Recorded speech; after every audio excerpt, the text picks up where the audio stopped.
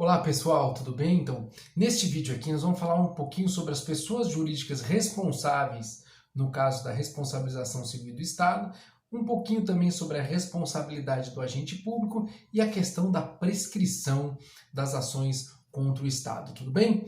Olha só, quando a gente viu naquele vídeo sobre a introdução da responsabilidade civil do Estado, a gente leu o artigo 37, parágrafo 6º da Constituição Federal, que diz assim: as pessoas jurídicas de direito público e as de direito privado prestadoras de serviço público responderão pelos danos que seus agentes causarem nessa qualidade a terceiros, assegurado o direito de regresso no caso de dolo ou culpa.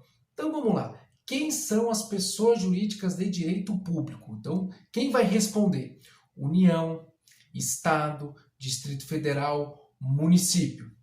Pessoas jurídicas de direito público, autarquias. E aí o que a gente pode ter aqui?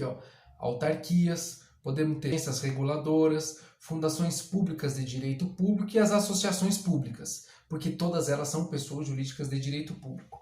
Depois eu tenho e pessoas jurídicas de direito privado prestadoras de serviço público. Quem são as pessoas jurídicas de direito privado que prestam serviço público? Quem são essas pessoas jurídicas de direito privado que prestam serviço público? Podem ser uma empresa pública e uma sociedade de economia mista, desde que prestam serviço público.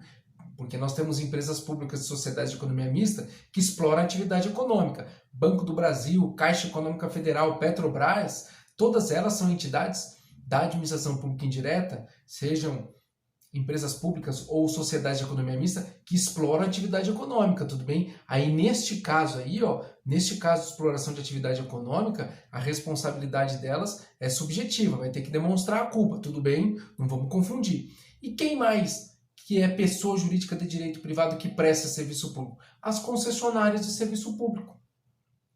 Porque a concessão é um contrato administrativo que o Estado passa para um particular executar um determinado serviço. E esse particular presta esse serviço por conta e risco dele. É claro que existe a responsabilidade subsidiária do Estado, que num vídeo específico aí nós vamos falar um pouquinho sobre os pontos polêmicos sobre a responsabilidade da concessionária e como que se dá a responsabilidade do Estado frente à concessionária também. Mas a concessionária, enquanto prestadora, empresa privada que presta serviço público, ela também responde de forma objetiva na modalidade aí do risco administrativo, tudo bem? Tranquilo? Continuando aqui, é importante a gente destacar aqui os serviços sociais autônomos, organizações sociais, organização da sociedade civil de interesse público, todas elas não fazem parte da administração pública indireta. Tudo isso é ente do terceiro setor que respondem de forma aí subjetiva, tudo bem? Todos eles respondem de forma subjetiva, tá? A questão do prazo de prescrição. Aqui a gente tem uma certa polêmica aí na doutrina e jurisprudência. Vamos primeiro falar em termos de legislação. O que nós temos em termos de legislação? Olha só. Primeiro, Decreto 20.910 de 1932, artigo 1º, diz assim, as dívidas passivas da União, dos Estados e dos municípios, bem assim todo e qualquer direito ou ação contra a Fazenda Federal, Estadual ou Municipal, seja qual for a sua natureza, prescrevem em 5 anos contados da data do ato ou fato do qual se originarem. A Lei 9494 de 97, artigo 1º, a linha C, diz assim: prescrevem em 5 anos o direito de obter indenização dos danos causados por agentes de pessoas jurídicas de direito público e de pessoas de direito privado prestadoras de serviço público. Aí você conclui, bom, professor, então não sei qual que é a dúvida que tem aí se a legislação diz que o prazo é de 5 anos. Ocorre que a gente tem aqui o Código Civil, que diz no artigo 216, parágrafo 3º, que, inciso 5, que a ação de reparação civil prescreve em 3 anos. Então a gente tem uma parte da jurisprudência e doutrina que defende essa posição dos 5 anos, dizendo que o Código Civil é lei geral e essas normas são leis específicas, então a lei específica prevalece sobre a lei geral.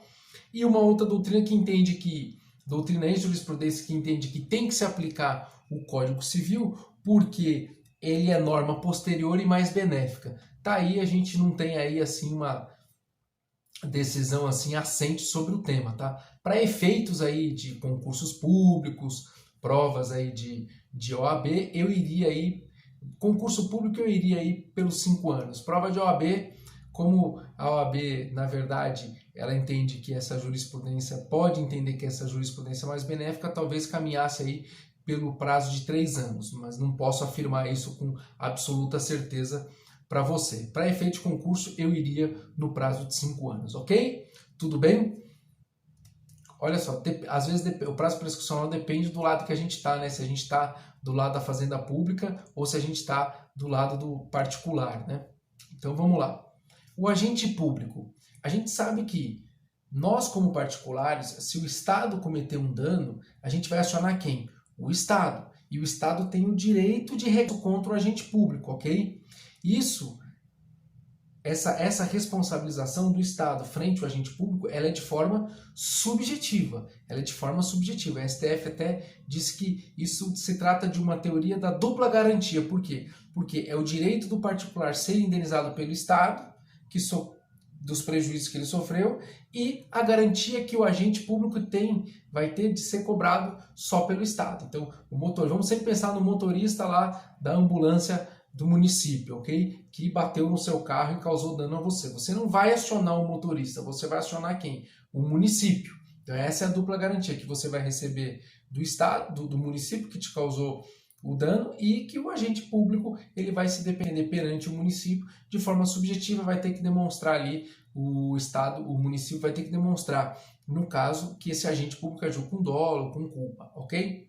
Existe uma questão sobre a denunciação à lide, ou seja, se é possível denunciar a lide na ação de indenização contra o Estado, o STJ já admitiu que é uma possibilidade.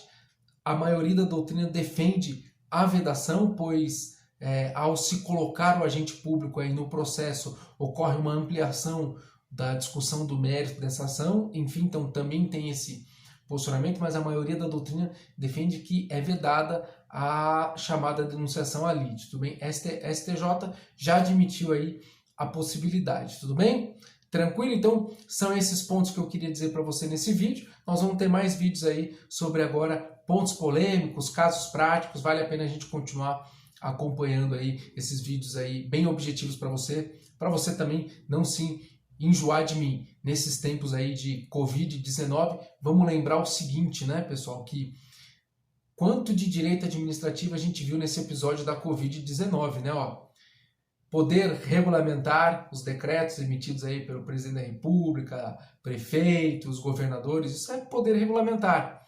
Também exercício de poder de polícia, né, possibilidade de suspensão de alvará para aquele estabelecimento que não trata como considerado como um serviço essencial e resolve abrir. Definição sobre serviços essenciais em decreto do presidente da República, isso também é direito administrativo, né? Exercício de poder de polícia, no caso dessas suspensões aí dos alvarás, enfim, bem interessante assim a gente ver um pouco o direito administrativo sendo aplicável aí na prática de toda essa crise. Tá bom? Sucesso, bons estudos e tamo junto!